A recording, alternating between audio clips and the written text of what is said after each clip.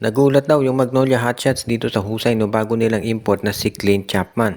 Tingnan itong si Chapman at maglalaro na para doon sa susunod na laban ng Magnolia. At sinabi ni Coach L.A. Tenorio na very happy siya at impressed sa naging performance nito so far. Sa ngayon doon sa practice, gagawa daw nitong si Chapman yung inaasahan sa kanya ng management. So very happy sila at naniniwala si Coach Tenorio na tama yung naging desisyon nila na palitan nga itong si Nuni Omot.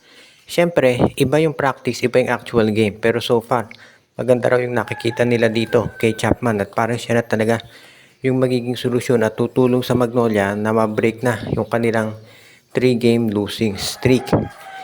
Ngayon, bukod dito sa pagkuha kay Chapman, merong mga balita na baka daw itong Magnolia ay gumawa ng mga trade para mapalakas itong kanilang lineup dahil parang meron daw nakikita mga shortcomings pa itong si Coach L.A. Tenorio dito sa kanilang koponan. Pero of course alam din natin na merong mga nagsasabi na hindi naman yung lineup problema, kung hindi, iyon mismo na coaching ni L.A. daw na parang hilo pa. Pero ganun pa man, mukhang desidido ang Magnolia na si L.A. Tenorio muna ang gawin nilang coach. At tignan natin kung hanggang saan ang maaabot nito. Pero ang focus ngayon na lahat ay nandito kay Clint Chapman na sa paniwala ni Coach Tenorio magbibigay ng mga panalo dito sa kanilang koponan. Lalo na at inaasahan natin na magiging matindi yung mga magiging susunod na kompetisyon ng Magnolia. Lalo na at alam naman natin na hindi biro yung magiging mga laban nila. At syempre kung ikaw naman ang Magnolia, gusto mo talaga na ng mga sunod-sunod na panalo dahil syempre ang laki ng nagiging problema nila kapag natalo na naman sila at hindi pa nga nila nakakaharap yung mga powerhouse teams.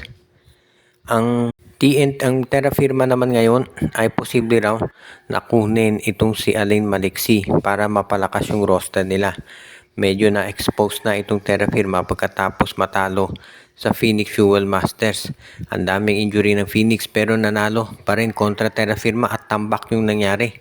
Nalimitahan yung import ng Terra Firma sa 13 points pagkatapos na mag-average ng mahigit 33 doon sa first 3 games na panalo nila. Kaya nga ngayon, itong Terra Firma daw gusto nang kunin itong si Alain Maliksi mula sa Meralco para meron pa silang isang scorer. Sa kasalukuyan itong si Maliksi hindi na masyadong nagagamit ng Meralco dahil ang dami na nila ng mga wingmen at nag-emerge na kasi dyan si CJ Cancino plus of course dumating pa si Jason Brickman. So talagang nabawasan na ng minuto at playing time itong si Maliksi, so pwede na yung kunin ng Terra Firma.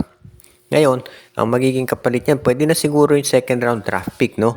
Dahil hindi na nga masyadong mataas ang value ni Maliksi. Ganun pa man, nakikita ni Coach Ronald Tubig na makakatulong pa rin to sa Jeep dito sa kampanya nila na manalo at magkaroon ng mas maganda at mas respectable na kampanya sa PBA Commissioner's Cup. At yan talaga yung masasabi natin na po pwedeng gawin ngayon nitong Terra Firma Jeep. Na talagang isa sila doon sa mga teams na nagre-ready na gumawa ng hakbang para maging seryoso makaabot to sa playoffs. At yan naman talaga yung inaasahan natin na gagawin nitong Terra Firma ngayon.